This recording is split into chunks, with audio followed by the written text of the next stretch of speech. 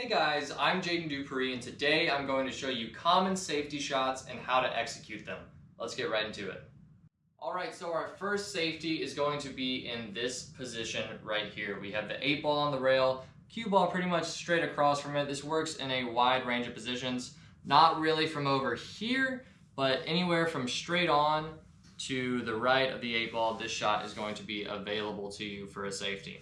So the idea is to chip the 8 ball towards this rail, leaving it as close to the short rail as possible, hopefully frozen to the short rail, and sending our cue ball off this rail and down towards the other end of the table, leaving a long, difficult shot for our opponent. So we need to hit the 8 ball really thin. We're aiming to cut it kind of to this first diamond right here. We have a lot of room for error with this shot. This is what makes it such a great shot. The only thing you have to worry about is scratching into this pocket. Just make sure you're not scratching into this pocket. I like to come off of this rail first. I like to not use as much left English, but you do need a little bit of left English to get the speed on the cue ball. You want the cue ball moving fast, but you don't want to have to hit the 8 ball hard and have that chance of it leaking out for a shot for your opponent. So, really thin on the 8 ball, bit of left spin. We leave that 8 ball on the rail, and our cue ball ends up way down there. Our opponent has a really tough shot.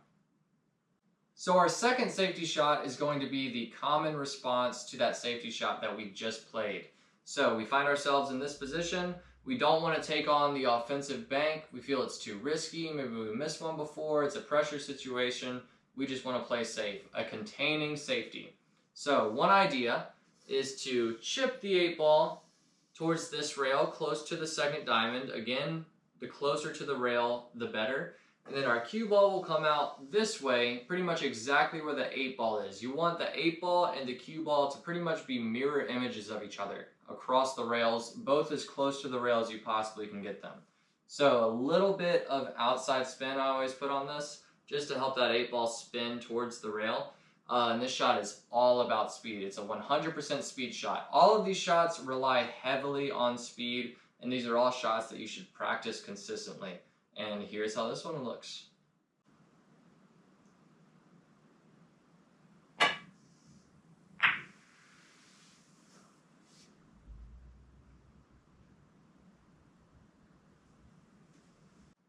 Alright, so our third safety shot is from a very similar position as our second safety shot, except the 8 ball is a little further off the rail, which is very important in getting this shot to work. If the 8 ball is frozen or if the gap is too small, you'll get a double kiss on this shot and it will not turn out well for you more than likely. So the idea behind this shot is to send the 8 ball up and down the table, pretty much following the line of my cue and hopefully freezing it to this rail. We want it as close to this rail as possible at this second diamond. So, chipping it straight up and down. I never really aim to just go straight up and down with no spin because the cue ball will leak out 2 rails. We want to hold our cue ball in this area down here. So I always use a little bit of reverse English, so I'm putting right spin in this scenario, which will kill the cue ball on this rail, kill the speed on the cue ball, keeping the cue ball down there, bringing the 8 ball up here. But the right spin on the cue ball does change the angle that we need to hit the 8 ball. So whatever spins on the cue ball, the opposite spin transfers to the object ball. So right spin on the cue ball equals left spin on the 8 ball. So to counteract for that little bit of left spin that we're putting on the 8 ball, we're going to aim to overcut it just slightly. Just slightly aim to overcut it. And again, this shot is all about speed. Definitely one you need to practice. This one comes up all the time. My whole game changed when I started playing this shot. And this is what it looks like.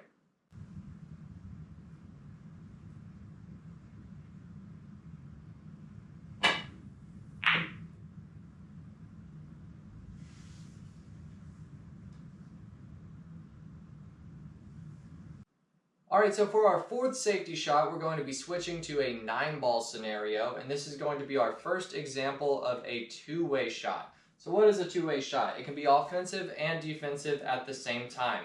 If we make it, we're okay. If we miss it, we're okay. That's the goal with a two-way shot. So the idea on this particular shot is to bank the 8 ball towards this corner pocket, hopefully making it into that corner pocket and getting shape on the 9 ball. but we want to miss it on the pro side if we were to miss it. So the pro side would be missing it to this long rail. The amateur side would be missing it to this short rail. Because if you overcut this 8-ball and you miss it to that short rail, this is exactly what's going to happen. Miss it to the short rail, bam, it stays over the pocket. Our opponent has a shot, natural shape on the 9-ball. Game's probably over. But if we were to miss it to this rail, hit it a little fuller than normal, and again, it's all about speed with these shots. Miss it to the short rail, everything works out just fine. If we were to make the ball, we have shape on the 9-ball. If we miss the ball, we leave our opponent safe.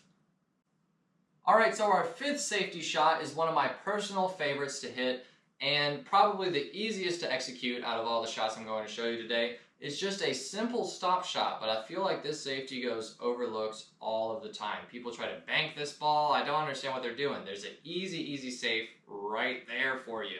So, if you're ever stuck in this position, you can't cut the 8-ball down the rail, or maybe it's a tough cut, you don't want to take it on, you can always just stop your ball right behind the 9-ball and play the 8-ball 3 rails. There's nothing else to worry about. The only thing that could possibly go wrong is accidentally making the 8-ball and having a tough shot on the 9-ball. But all you need to do in this scenario is just stop your ball. It's again about speed, but this shot is so much more lenient with the speed compared to all the other ones.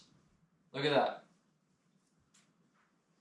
Opponent is safe as can be. So you can hit this shot in a multitude of different ways. There's a huge margin for error, and it genuinely works out 99.9% of the time. Like, all you gotta do is just stop your cue ball. Bam. Frozen to the 9-ball. Just like that. Alright, so our next shot is a very common 9-ball safety. You'll see shots like this come up in 9-ball all the time once you start seeing these safety shots. So the idea here is to thin off the right side of the 1-ball, sending it towards this rail, and playing our cue ball 2, 3 rails around behind this great wall of balls. Whenever you have a bunch of balls clustered in an area like this in 9-ball, playing safe behind them is always a fantastic idea. So, thinning off the side of the 1-ball, we're putting a little bit of right spin, again, just to help speed that cue ball up without having to hit it harder. And we're bringing our cue ball way back down here, blocked behind all these balls. There's such a huge margin for error. You can hit it wrong in so many ways. You have this whole zone right here to end your cue ball up in. So this shot comes up all the time. Another one to practice, particularly getting the thin hit on the 1-ball is the important part in this shot. Alright, so this is another really common safety shot in 9-ball where we're going to be thinning the 1-ball. So the idea behind this shot is to thin the 1-ball really thin as we can hit it on its right side, leaving it as close to the short rail as possible. Even when you're able to get behind blocker balls, you have to remember that the jump cue exists. You don't want to leave the 1-ball over the pocket. Even if you're blocking it, there's a good chance your opponent can make it. So really thin on the 1-ball to ensure that it stays close to this rail. And the idea is to wrap the cue ball around 1, 2, 3, and then in behind this great wall of blocker balls. So really hitting the 1-ball as thin as you can, that's the most important part on this shot. The right spin just tightens up that angle, helps it come here instead of coming towards this pocket. Also speeds up the cue ball so we don't have to hit it as hard, and this is what it looks like.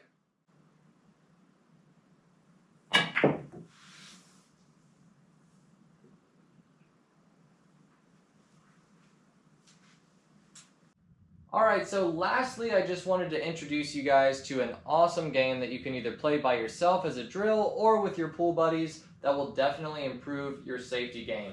It's called Kick Safe, and it starts off just like 9-ball. You break, probably a little softer than normal. Any ball that you make throughout the duration of the game should be spotted back up, and from here on out, all you're trying to do is play safe on the one ball. So we don't have a shot on the one ball, so we already have to kick. Now if you kick and you make the ball, it spots up. So it will go behind here, and that is a pretty successful safety, I would say so myself, even though I can see a little bit of the thin edge of the one ball. So you can just play fouls are points, points are bad. If you foul 3 times, you lose the game. You can really make up the rules as you go. Just the point is to play safe on the one ball all the time. If somebody fouls, the other person gets ball in hand. Let's say we have this situation right here. I got ball in hand or something, and I play a little safety. Opponent has to kick out of it. This game also can help you improve your own kicking skills. That would just barely not be a foul. And the game would continue from here. You play safe on the one ball again, probably chipping it over there, hiding the cue ball behind here. And it really just helps you start to see these safety shots. And when they come up in a game, you can recognize them a lot easier.